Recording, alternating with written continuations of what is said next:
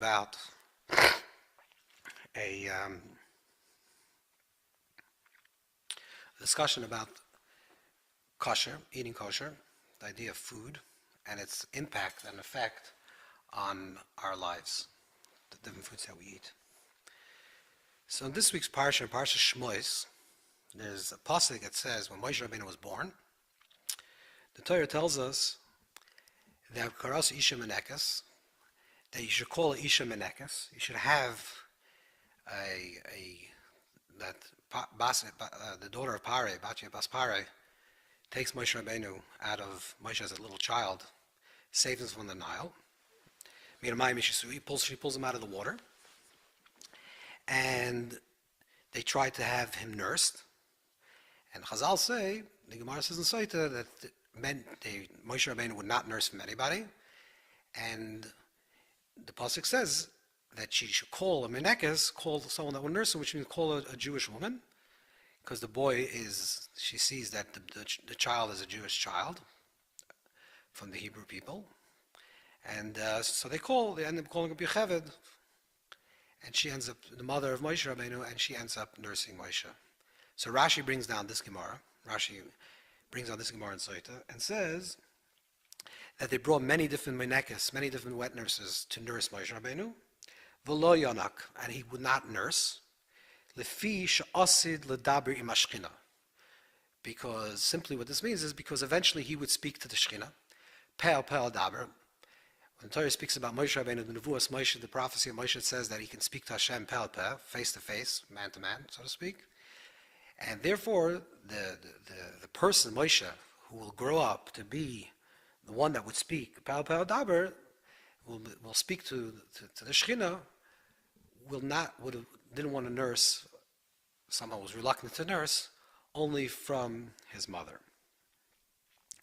Now, this principle which Rashi brings down, which is the daber im hashchina, which is the idea of that a mouth that eventually will speak to the Shechina, there's a similar halacha that's brought down in the Ramah, in Shulchan Aruch, Yoreh Pei Aleph, Sim Pei Aleph, Sif Zayin. So the Ramah writes like this, that the truth is that al pi halacha, chalav mitzvahs kechalav Yisraelis. That the truth is, the discussion is Dvarim Yotzim Nachai. This is the Shulchan, in this Siman Shulchan Aruch,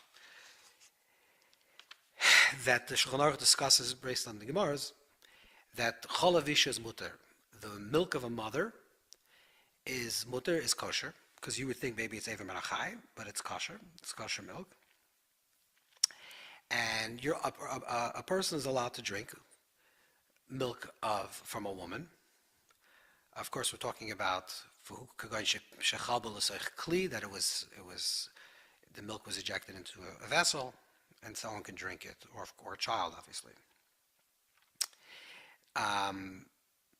So now, what ends up with a baby? There's a child, there's a baby, and certainly in the olden times, years back, there were sometimes they had a wet nurse, which means a nurse that would nurse the child. So the Shulchan Aruch rules, the Ramah rules, that it's in the name of the Rashba, they're around in the name of the Rashba, that there are more rules that chalav mitzvahs kechalav Yisraelis, that in essence the child, the young Jewish child that needs to nurse, could nurse from any woman. It doesn't have to necessarily be a Jewish woman. It's all kosher. Mikol makom, says the Ramah still, lo yiniku tinak min ha-mitzvahs im efshei b'Yisrael. If it's possible to nurse from a Jewish mother and not from an idol worshiper, someone that's an idol worshiper, then it would be better to nurse, even though technically it's kosher, the milk is kosher, and the child can nurse. Im efshei b'Yisraelis, it's better to nurse from a Yisraelis, from a Jewish mother, a Jewish woman. The chalav aviyadis kachavim, because the milk of an idol worshiper, mit Timtum HaLev u'moilet tevera, stuffs the heart, congeals the heart, constricts the heart, and gives birth to negative tendencies.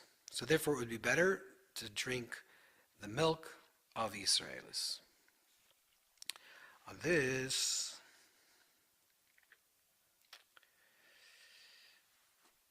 the Gra writes, Bira Gra writes, that this idea that cholav, that if you have an option, you should certainly have with the Isha Yisraelis. So the Gra brings down that from the Medrash, on the pasuk v'karaskel Isha Menekes, that from the pasuk it says v'karaskel Isha Menekes, and Chazal tell us that the peh, the mouth that will eventually speak to HaKadosh Baruch Hu, to Hashem, Pesh asid l'daber HaKadosh Baruch Hu, Shechina should not, we didn't want to drink from the mother's milk, only from his mother's milk. So the source for this halacha, which Ramah brings down, according to the Gra, is from this story, the story that happened with Moshe Rabbeinu. Now the truth is that the Ramah, the language of the Ramah is Timtum HaLev u'moila tevera. The way the Ramah writes it is Timtum HaLev, constricts the heart, some type of timtum, constriction of the heart, some type of congealing, some type of restriction of the heart, and u'moila tevera, and gives birth to negative tendencies, to negative nature. Which means that the Alpi halacha, in other words, in strict halacha, and also like the Rashba brings on Yevamos Kuf Yudalad, the Gemara talks about this concept of chalav nachris, chalav of Akeidas Chasom, is that Alpi halacha, according to law, technically it's not an issue. The child that needs to nurse can nurse from any person. But in the case where you have an idol worshiper, and you have Akeidas Chasom, and you have Yisraelis, you have a Jewish woman, then the child should definitely nurse from the Jewish woman. That's Midas Chassidus, because this is what the Ramah brings down. The Ramah says because it's Timtum HaLev u'moila tevera, because it constricts the heart and brings negative tendencies. And like the Gra's Mitzayin, the Gra brings down the source is from this Gemara in Sotah that says Pesha asal l'daber Shechina, the mouth that will eventually speak to the Shechina. The only thing is that the Ramah doesn't say that. The Ramah doesn't speak about Pesha l'daber Shechina, the mouth that will speak to the Shechina. The Ramah says because it's the Timtum HaLev u'moila tevera. That's the reason why that the child shouldn't nurse. The child should nurse not because the child will speak to the Shekhinah like Moshe Rabbeinu, but because it brings out negative tendencies. It can create, it gives birth to negative tendencies and Timtum HaLev, and constricts the heart. Now the concept itself, what the Gemara says, that it's Pesh Asal Daber Mashchina, the mouth that would speak to the Shekhinah, seems to be something that's only relevant to Moshe Rabbeinu. Because Moshe was a daber mashchina.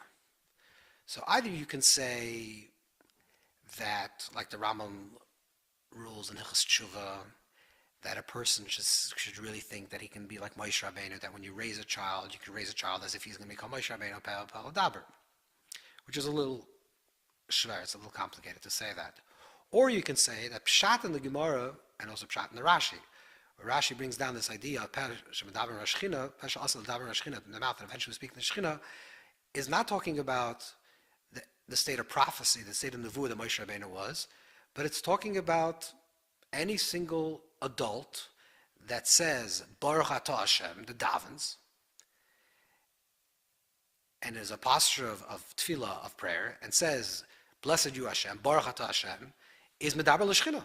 This person will be a Medaber L'Shechina. Every single person that says Baruch Atah Hashem is a Medaber L'Shechina. When it says Pesh Asal Medaber L'Shechina, when you see a little child, a young infant, a 3-year-old baby, a 3-month-old baby that needs to nurse, and there's an option to nurse from an Oved Kachavim, an idol worshiper, or from Ishi Yisraelis. So the Ramah says, or the Gemara says, and Rashi brings it down, that Pesh Asal Daber Mashchina, that you should feed the child through a Ishi Yisraelis. Why? Because Pesh Asal Daber Mashchina, eventually the child is going to grow up and is going to daven, is going to pray, is going to be tefillah. Tefillah is going to Shechina, like the Rambam rules in the tefillah. So therefore, the idea of davening is to be in a position that you're speaking to the Shechina. So Pesh, also davening from Shechina, should not drink milk that comes from Akeidas Chacham. But let's go back to these two things what the Ramah is saying. The Ramah is saying 2 points here. Not the Ramah is saying is Timtum HaLev. The cholav, this milk, is Timtum HaLev, constricts the heart, limits the heart, puts a concealment upon the heart, shuts down the heart, Timtum HaLev, umoilu tevara, and gives rise to negative nature, negative tendencies. What is Timtum HaLev?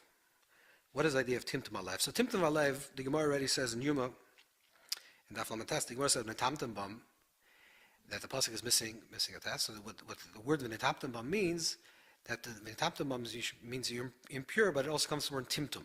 Timtum means it constricted, which means that anytime a person does an aver, every time a person does a sin, specifically when they do a sin that's connected to achilas ameh, that they eat, they ingest, let's say non-kosher foods, Maharal Tiferes. So there's a state of Timtum HaLev. There's a type of constriction, a spiritual closing of the heart that happens through the eating of non-kosher food. That's Timtum HaLev. The only question is,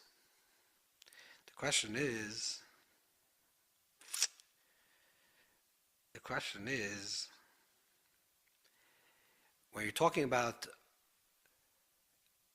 an idol worshiper, and you're saying that the little child, the 3-month-old child, should not nurse from an isha, like the Ramah says, because why? Because it's Timtum HaLev, but Timtum HaLev, constricting of the heart, is only if it's an avera, if it's a sinful act, if it's Maharal Tiferes, if it's something that the Torah doesn't allow, and when a person does it, person does something that's negative against the Torah, that's Timtum HaLev, that constricts the heart. But there has to be a chiyuv. If there's a chiyuv, so the Gemara Taka says in Shabbos Peivav, the Gemara and in Durham, the Gemara says the chavle gufayo. The Gemara talks about shif chazer b'mei there's a concept of chavle gufayo because they eat the whole shkatzim v'ramashim. There's a possibility that there's a type of body. The body is influenced by the types of foods that a person eats, even though they're not technically treifas. But the idea of the Timtum HaLev, which would mean a constriction of the heart, is a spiritual quality. Saying it's a metaphysical idea that when a person eats something against what the Torah says you're allowed to eat, if a person has a chiyuv, an obligation to keep the Torah, and a person violates that obligation, that creates a constriction in the heart because a person is mekusher. A yid is mekusher to the Torah. A person has a chiyuv obligation, so if you don't keep the obligation, you create a timtum. But a nachrius, or certainly a kachavim, there's no chiyuv. What's the problem? The problem is that the Avi Kachavim is going to feed the child, and because of that, the child is going to have a Timtum HaLev. And what's the svar of it? What's the logic of this? Like the Pas can bring down. The logic is because since the non-Jew, since the Avi Kachavim eats non-kosher food, so therefore there's a Timtum HaLev in the mother, and therefore it will come through in the milk. It's going to create a Timtum HaLev in the child, and it's going to also moilot tevera. But why is it going to create a Timtum HaLev in the child if there was no chiyuv to eat kosher? Then there's no timtum if they don't eat kosher. If there's no obligation, then how does it work the opposite? Let's see this, an example of this idea.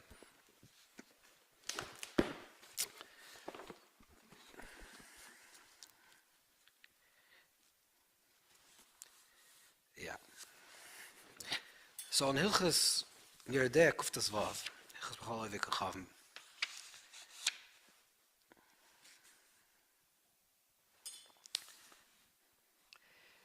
that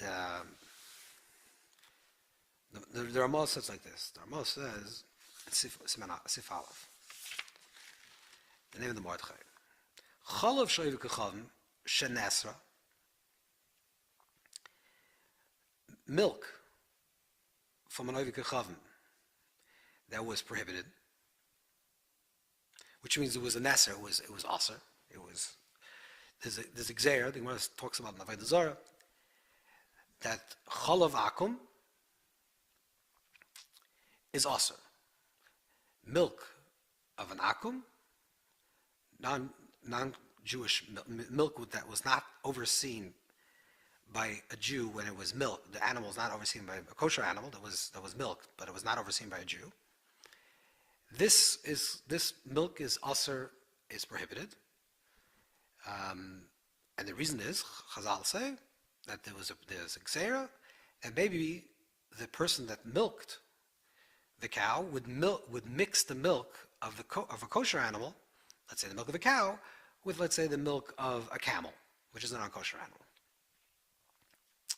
So the Ramah says that what happens if you have chalav akum? You have chalav akum sheneser, that's already neser, it's prohibited. Then you want to make, let's say, for example, chama, you want to make butter out of it. So the Ramah says, we'll see the butter, what's the halacha butter, what's the din of butter? So you can't do that. You can't take milk that was neser, that was already prohibited, and say, I'm going to make butter, because butter technically could be mutter. You're now, because you're not allowed to nullify an isur. And since it was already aser, the milk was already aser, you can't take this milk and make it into butter. What's the halach on butter? Let's go very quickly. What's the halach on butter? So the Mechaber says that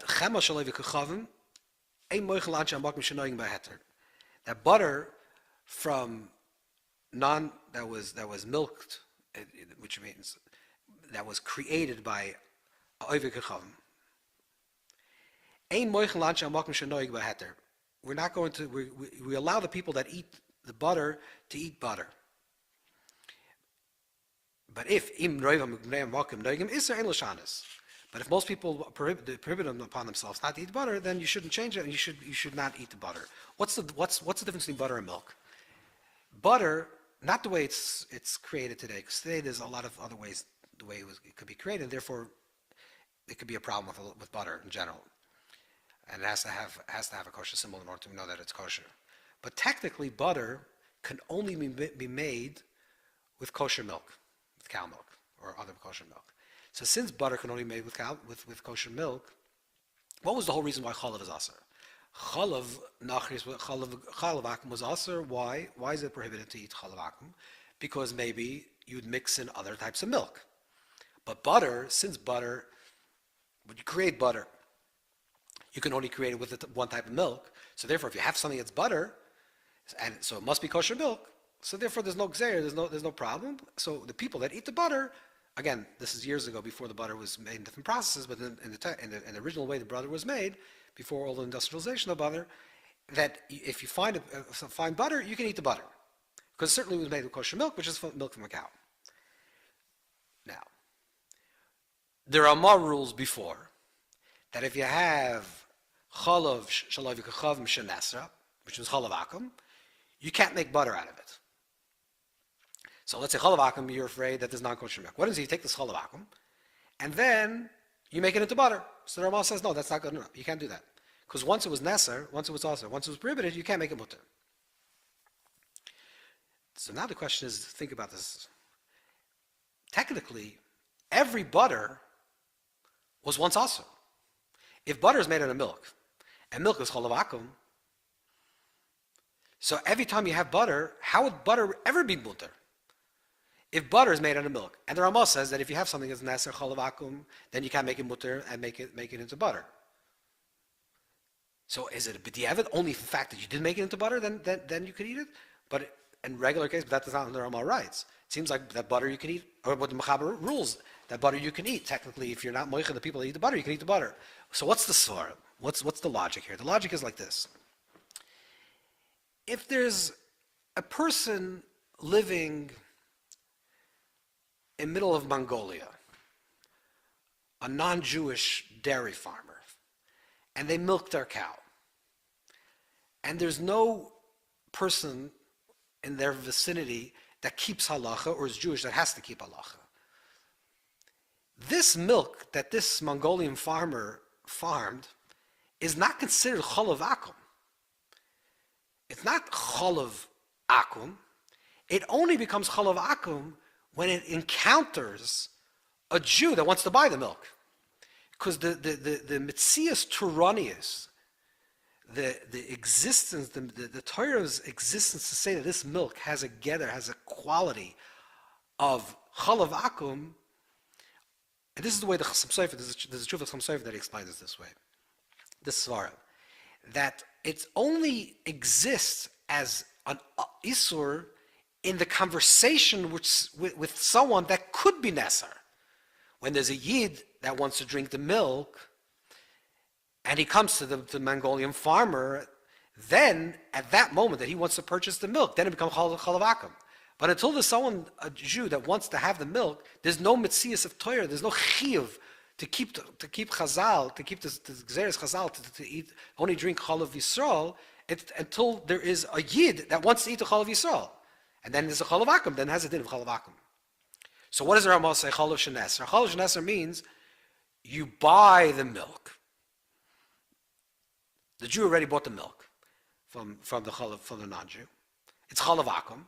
Now it has a gather of an isur, and once it has a gather of isur, it's prohibited. Then the Jew can say, "Okay, let me go make butter." Or even if he tells the dairy farmer, "I want you to take this milk and make it butter," then I know if it's for kosher milk. No, it's not. It doesn't work because once it was necessary, it can't be huter. It can't be permitted. But on the other hand, what regular butter? Regular butter means you come to the marketplace and someone shows up and says, "I have butter to sell you." Okay, it was never necessary as chalav akum, because it was never in dialogue, in conversation with another yid that had a chiyuv to keep the gzeres chazal that says you're not allowed to drink chalav akum, and then it was necessary. It was never necessary. So if it was necessary, then you can eat the chama. You can eat the butter. That's the svar. That's the oimik of the svar. We have to understand it's a very important yisoid in halacha. That the yisoid of halacha is that the halacha, the definitions of halacha, the mitzias turanius of halacha exist within conversation to a yid that has a chiv in halacha. Okay, let's get back to what the Ramah says. The Ramah says that it's going to be noiled. It's going to be metamtam HaLev and noiled tavara. What do you mean it's metamtam HaLev? Metamtam HaLev because the nachris ate non-kosher food. And therefore it's metamtam HaLev, but non-kosher food is not metamtam HaLev if there's no chiyuv to eat the kosher food. That's the one shaila. Then there's another shaila, which the Ramah continues. The Ramah rule says weiter. The Ramah continues and says like this: V'chein lo yisechel ha-menekes afilu Yisraelis. Same thing also in ha-menekes Yisraelis, a Jewish woman that's a wet nurse should not eat dvarim ha'asurim, should not eat things that are not allowed to be eaten, and then nurse the child. So the Shach asks, this is Haga'as Gra Ibid. This is the Ramah brings down. What is the Ramah writing? The Ramah says that the wet nurse, the Yisraelis, should not eat dvarim ha'asurim. What do you mean? This is isur to eat dvarim ha'asurim. What does that have to do with the menekes? What does that have to do with the concept of being a wet nurse to give a child milk? There's a permission. You're not allowed to eat dvarim ha'asurim. What's the issue here? What is the Ramah writing that the menekes shouldn't eat dvarim ha'asurim and then feed the child? Of course you can't eat dvarim ha'asurim. So the Shach writes. Shach writes clear also that what this means is even though of course she's not allowed to eat things that are prohibited. He says even for a child, but he gives an example. So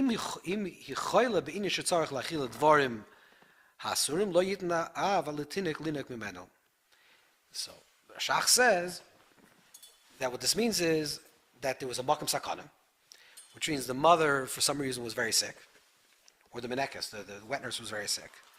She had to eat something, she had to eat some food, and in the case of makam sakana, she was allowed to eat non-kosher food. So she ate non-kosher food. So now that she ate non-kosher food, says the Ramah, but this woman that ate non-kosher food, which she was allowed to eat the non-kosher food because she was a makam sakana. that when she ate the non-kosher food, she shouldn't now nurse the child. But that's also tzarachin. That's also it's complicated to understand. She ate the milk. She ate the non-kosher food because she's a makam sakana. If she's a makam sakana, when her life was in danger, she needed to eat it. So therefore, hutra. The Torah says she's allowed to eat the non-kosher food. So if she's not eating kosher food, then it's kosher. So if it's kosher food that she ate, what's the problem with her not nursing the child? The only reason why we say not nursing the child, what's the whole svara of not nursing the nachrias? Why was the minekes, the Avik Chavim shouldn't nurse the child? Why? Because she eats non-kosher food. Which is a question that we ask. Why is it non-kosher for her? But she's not kosher food. And then she's going to give over whatever she ate. She's going to give over to the child. Now the mother, let's say the mother in this case, the mother is sickly. She needs to eat something. So she eats something that's treif, that's non-kosher. So the Ramah says she should now not feed the child. But she just ate something that's not kosher because she ate something that's not kosher. That's the way the Shach is going to read the Ramah. But she didn't eat something that's not kosher. Yes, technically it was not kosher, but the Torah says she's allowed to eat it. So it is kosher. So how could it be Timtum HaLev? Timtum HaLev, the idea of Timtum HaLev constricts the heart, conceals the heart, and is because is the metaphysical idea, which is the Torah says you're not allowed to do this. You do it anyways. So Timtum HaLev, an Aveira is Timtum HaLev. Something you do sinful constricts the heart. But it wasn't an Aveira. She was a Makam Sakana. She was allowed to eat a piece of pork. If she allowed to eat a piece of chazah, that piece of pork, so then what's the problem? It was mutter, it's hutra. So it's kosher. So what does it mean that it's with Timtum HaLev? What would be and the Shach? It seems like what the Shach is saying is that when she's going to feed the child, it's going to create by the child a Timtum HaLev and Moilo Tevera, or at least one of them. But a Timtum HaLev and Moilo Tevera, how does that work? Why should it do that? If she just ate non-kosher food, but for her it was kosher, so then it's kosher. When the Torah says you're allowed to eat something, it's not only tchuya, it's not only pushed aside, but it's hutra, which means the Torah says you're allowed to eat it. It's not just in a case in situations, but you could eat it. So if you could eat it, then it's kosher. Just like the Torah says you're not allowed to eat chazer, always, but in Makam Sakana, the Torah says you could eat chazer, then it's a mitzvah to eat chazer. So then, if it's a mitzvah to eat chazer, then why is it Timtum HaLev? If it's hutra, if the idea is hutra. So let's understand what this is. So in general, with regards to the whole conversation about machalas asuras, foods that we're not supposed to eat, there's a very big machlokes rishonim. And on the one hand, there are the rishonim, and the Abarbenel collects a lot of these rishonim in the Parsha Shemini, and he sides with this opinion, is that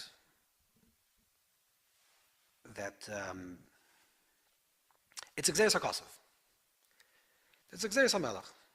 That the reason why the Torah says you can't eat something that doesn't chew its cod and has split hooves, let's say, for example, that a cow is kosher and a camel is not kosher, it's nothing to do with the cow or the camel. It's not the cow is this type of animal and the camel is this type of animal, and therefore the Torah doesn't want you to eat it. It's not coming a priori. It's not coming from the existence of the cow. The Torah is not superimposing its ideas once there's already a conception of what that idea is. I say this animal is this way, this animal is this way. Therefore, the Torah says you should eat this animal, not that animal. No, it's the reverse. The Torah creates reality. That stakal raisa bar alma. So if stakal raisa bar alma means the Torah that creates the reality, and therefore the Torah says you should eat the cow, and don't eat the camel. Why? Because that's what the Torah says. It's That's what the Torah wants. That is the Ratzon Hashem. Ratzon Hashem is, will of Hashem is that you should eat this animal and that animal. Nothing to do with the animal itself. Not that this animal is better or worse, whatever. That's what the Torah wants. It's That's the opinion that Abarbenel brings down. The Akeidas Yitzchak also brings down Barichas this opinion, holds this opinion. And the Maharal, in Tiferes Yisrael, in Perek Ches, the Maharal has a statement that says, Ein HaTorah Chas v'Shalom Sefer Refuah is a Sefer Teva. The Torah is not Chas v'Shalom, God forbid. The Torah is not a book of Refuah, a book of healing. It's not trying to heal us. It's telling us like this is good medicine for you. This is the right foods for you to eat. And it's not a book. It's not a natural book. This is a supernatural book. It's a metaphysical truth. It's really talking about spiritual principles and not about physical principles. The Torah says you shouldn't eat camel not because it's unhealthy for you, and cow is healthy for you. The Torah says this is allowed to eat. This is not allowed to eat. That's one shitta. That's one opinion. This will also be consistent with the opinion with the medrash that the Ramah incidentally brings this medrash in Shemini Prakim, which is when it comes to basar chazer, to eating pork, which is ben adam lamokim. So the Medrash says, this brings down that you should say ef shilachel chazer. I would like to eat it. Which I don't have. I don't think to eat pork is a disgusting thing. I'm not repulsed by eating the pork. Efshi, maybe I would want to eat it. But my essa shakadosh baruch hu, what should I do? But this is Ratzon Hashem. Now Hashem said I shouldn't eat it. It's interesting that later on there's a Teshuvas HaRamah that the Ramah brings down that chazer nois tam lebgam. That if you have a piece of chazer, a piece of pork within a dish, generally, if it's minutes, but l'shishim or b'nais tam or b'shishim, generally it becomes nullified. But if you have something that gives tam, that it's nice and tam, it's a very sharp food. Then it's even more than within 60. So it has to be, but it has to be nice and tam b'shvach. It has to be giving a tam for that it makes the dish better. Nice and tam lebgam, if it makes the dish worse, means I would rather not have that food in this dish because it ruins the dish. Then we don't say that it gives, even though you can taste it, it becomes nullified. So the Ramah says that with regards to chazer, it's nice and tam lebgam, that it's a negative taste. So we could say, according to the Efshi, is that over years of centuries that Klal Yisrael don't eat chazer, don't eat pork. So it becomes mos. It becomes the smell of and the taste, or of course not taste because you wouldn't taste it, but the smell of it, because we never eat it and it's associated with something that's treifus, it becomes tam lebagam. But that would be one shita. The other opinion of the Rishonim, which the Rambam already writes this in the Maharal-Tiferes, that it has to do with that it is a refuah, that it is a type of, the Torah is describing a type of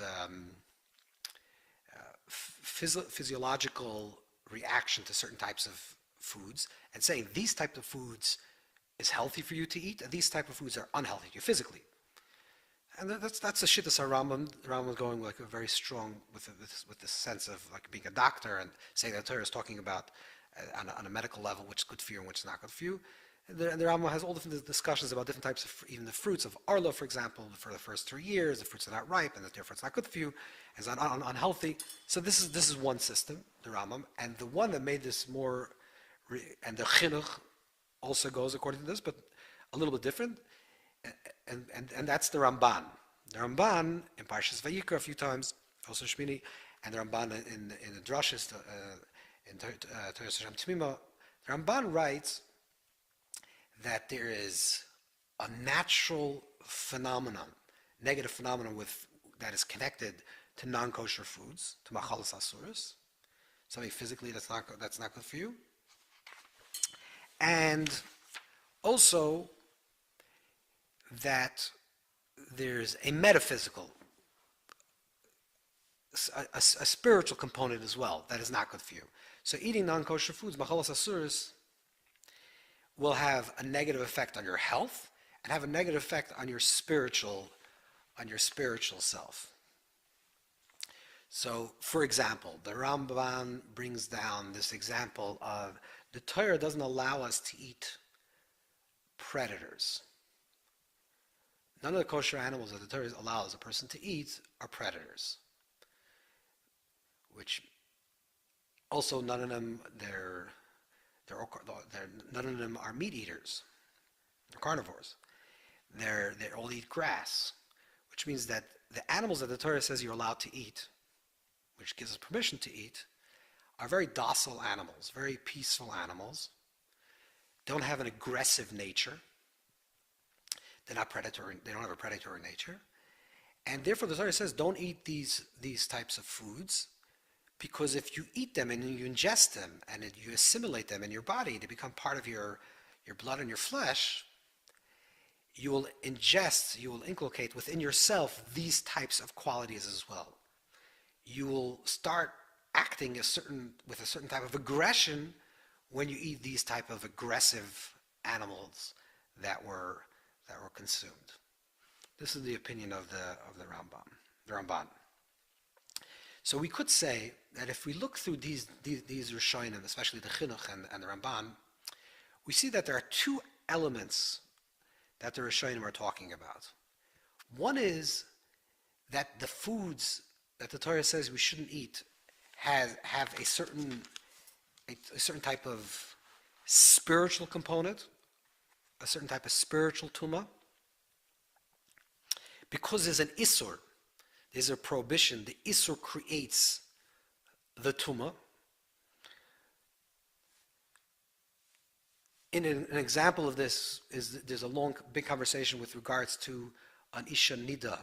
Is a nida that's menstruating, and Torah says you're not allowed to have physical relationships. Is the tumah because of the isur, or is the isur because of the tumah?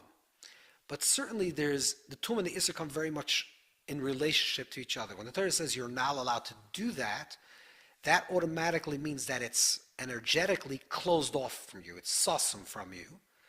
When the Torah says don't eat this food or don't be engaged in this practice, the Torah is saying is that energetically, on a metaphysical level, this thing is trapped. There's some type of concealment, constriction energetically within this engagement with this food or this person or this situation. So don't get engaged with it. It's usher, like the Alter Rebbe writes in Tanya. There's an isur, means that it's tied to the world of klippa, to the world of constriction and the world of covering, and there's no possible of life, of energy and positivity to emerge from that engagement. So that's one truth when the Torah talks about machalas asuras, prohibited foods that we shouldn't eat. More on a spiritual, metaphysical level, an emotional, inward level, more on a spiritual level. And then there's also the second element of that is that would be more the idea of the Timtum HaLev. And the second quality of that is that when the Torah talks about different machalas asuras, there is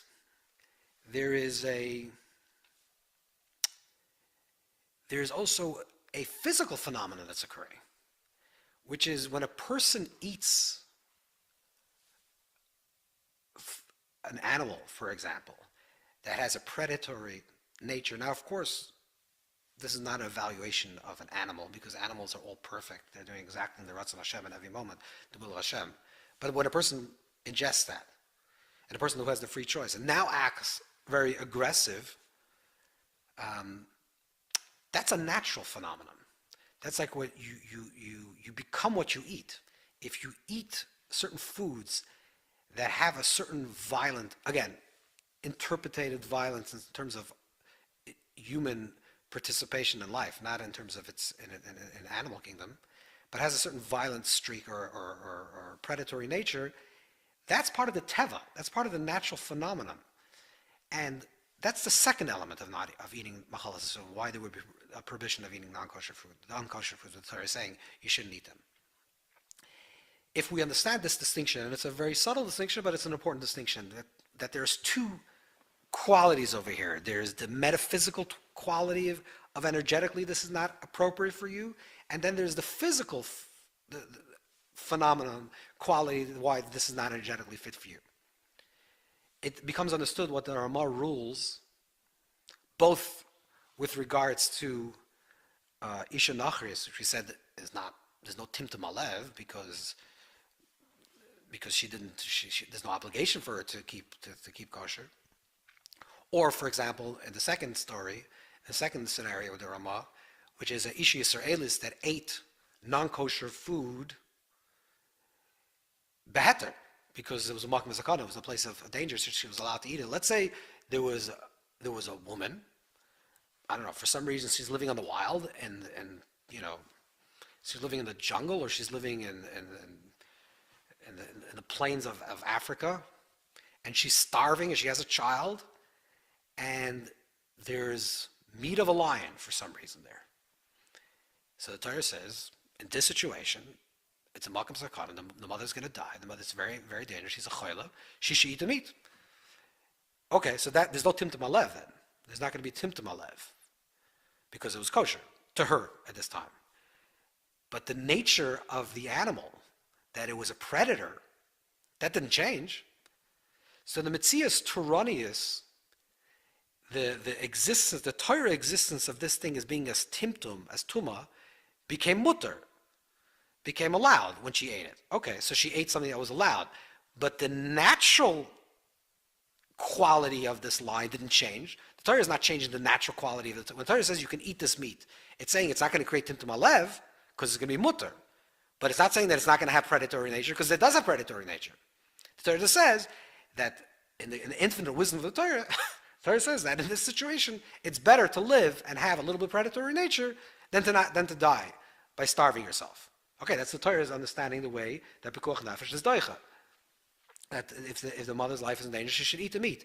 But the nature of the meat that she ingested and she consumed, if it has a predatory nature, she will give that over to her child no matter what. And that's what the Ramah is saying. Even if she ate something beheter, she ate something because she's allowed to eat it. But she ate something that's machalas asuras, something that's prohibited generally. But she ate it because she was allowed to eat it, still is a problem if there's a situation where there's another person that can feed the child, then it would be better to give the child to another woman that they should nurse in this scenario, this particular case, which the child should nurse from a woman that didn't eat some type of predatory nature, because then they won't ingest that and become teva. That's the teva ra, that's the negative tendencies that the Ramah is talking about. That's not the tumah, it's the negative tendencies. So if we divide it that way, certainly in the second halacha, which the Ramah doesn't really clearly say that's Timtum HaLev v'teva ra, but it seems like it's a continuation. You could say that what the Ramah is saying is the continuation of the idea of the concept that it has a teva ra, it has a negative tendency. If this is the way we can conceive this, deconstruct this halacha, to understand the importance of the mother eating the food that is kosher, always eating the kosher food, even in the case when she even in a case when it's asur, and when it's mutter, when she's allowed to eat something that's prohibited, still there's going to be a problem with the nursing because it's moil tevra. It creates tevra, negative tendencies within you, and then it will be transmitted to the child. We can understand another din of Shulchan Aruch.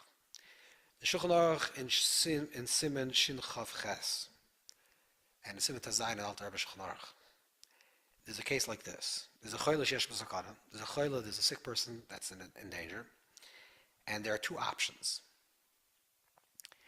You can either feed the person. The doctor says this person needs iron. They need meat. So there's two things to do. One thing to do is to shach, to slaughter a kosher animal, take a cow or a smaller animal, shach the animal, and feed this choyle sheyesh b'sakana, this sick person, the food of this slaughtered animal kidin, which means do a proper shechita on the animal and feed the child, feed the choyle sheyesh b'sakana. The problem is, if you shecht an animal on Shabbos, there's two issues. One is it's a skila. That means it's a very harsh prohibition. It's not just a regular Isser Lav, it's a Isser Skila. That's one of Lamitas Malachas, this idea of Shechita of Hariga. So there's or Tzvi, or whatever, but it's certainly a real Malacha, Shechita. So the problem is that there's Isser Skila, there's Skila. The second issue is the Choyle sheyesh b'sakana cannot eat an entire cow, even a goat. They can't eat an entire animal. So there's going to be a lot left over. So the other option is feed them the Yevamos Trifus. Just go into a non-Jewish butcher and take all the Trifus, the Yevamos and Trifus. So what should you do? You have two options. The Choyle sheyesh b'sakana, he's definitely allowed to eat meat. Any meat that can be given to him, he's allowed to eat it. The question is, do you slaughter the animal? Do you shchita on a kosher animal and feed him the shchita of the kosher animal? When then there will be issa skila, and also you'll have leftover meat. Or do you feed him the Yevamos Trifus, which is there's no issa skila in the Yevamos Trifus, and you'll give him exactly the amount that he wants. So the Shulchan Aruch brings down Shulchan Aruch that you should feed him the Yevamos Trifus. I'm sorry, you should feed him the basar shchita. You should slaughter the animal. And the Alter Rebbe brings out a few different reasons why. One is because by Yevamos Trifus, every single kazayis that he's eating is an isur. Of course, he's mutter, he's allowed to eat it, but every single kazayis that he's eating, every single proper measurement that he's eating is an isur. Another reason is the Alter brings down because it's mos, and the person it's disgusting to him to eat nevelos of treifas. He'll rather eat kosher meat that was nechshat, even though it was nechshat b'Shabbos. It'll be mos him, and therefore he won't heal. But there's different reasons. We could say another reason. In Likutei Sichos, the Rebbe has this conversation that it's an issue of kamos, that the kamos and echos, because in kamos, a lot of nevelos, isu nevelos, because you're eating on kol achila v'chilo, will overwhelm the one echostika isur, which is a qualitative isur of isaskila. But they both have to be m'deraisa. Both have to be dinter. But we could say, there's another svar to say on this halacha. What's the svar? The svar is very simple. When the Torah says,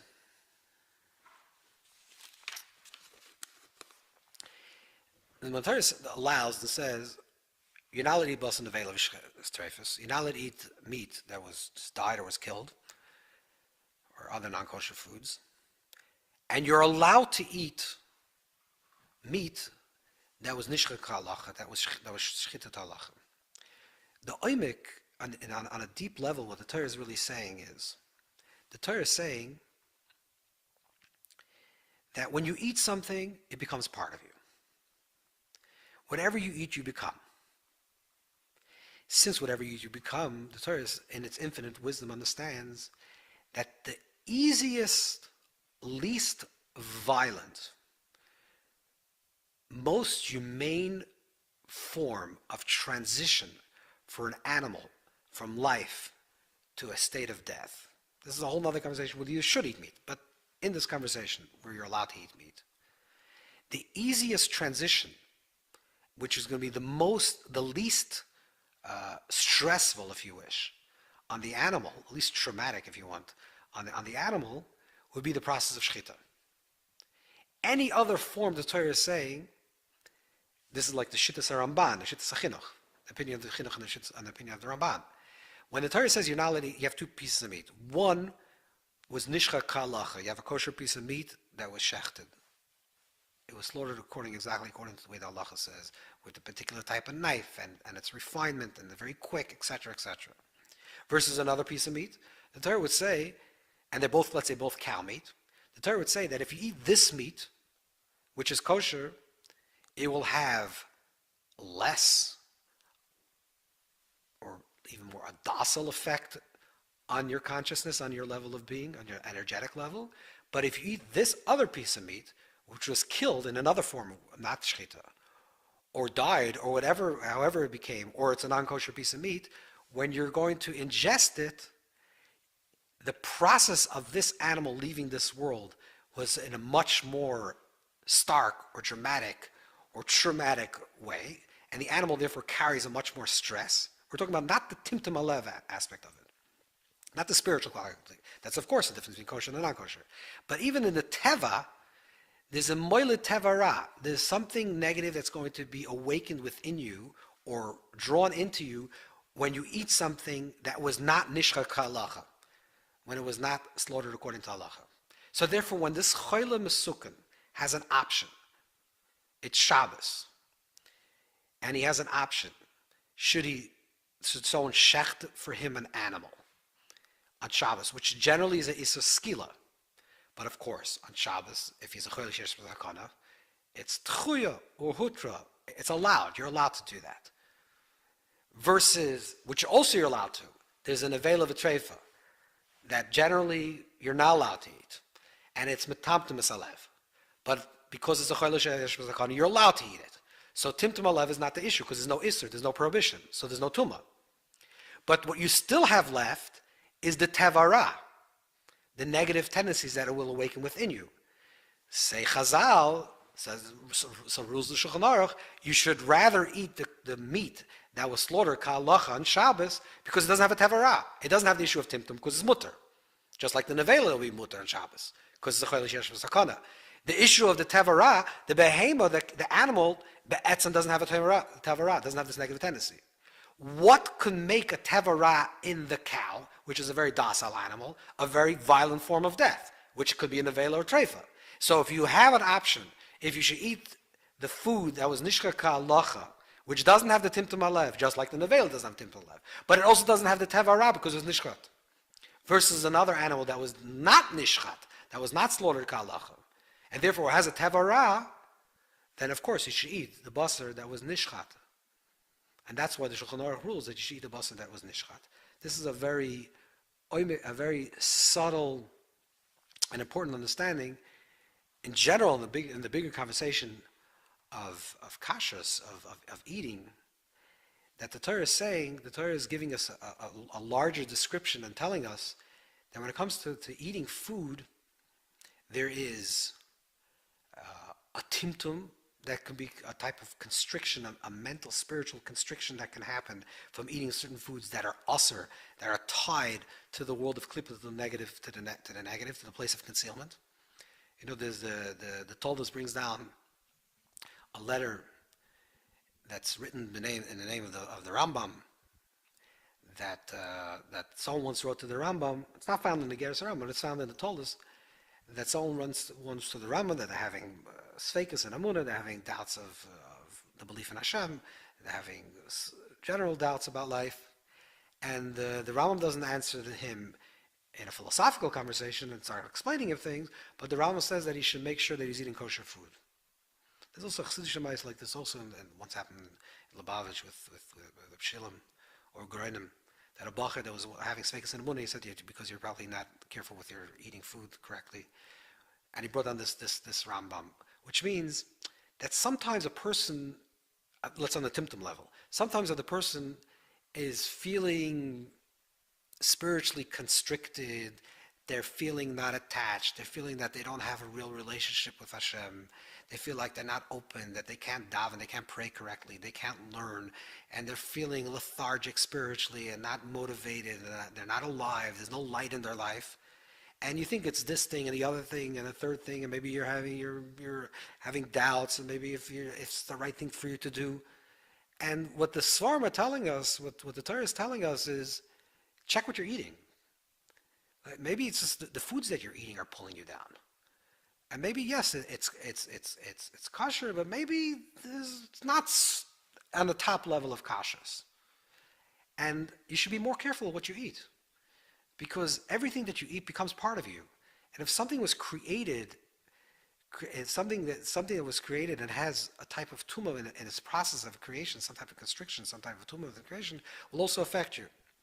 That's on the level of timtum, that's on a spiritual level.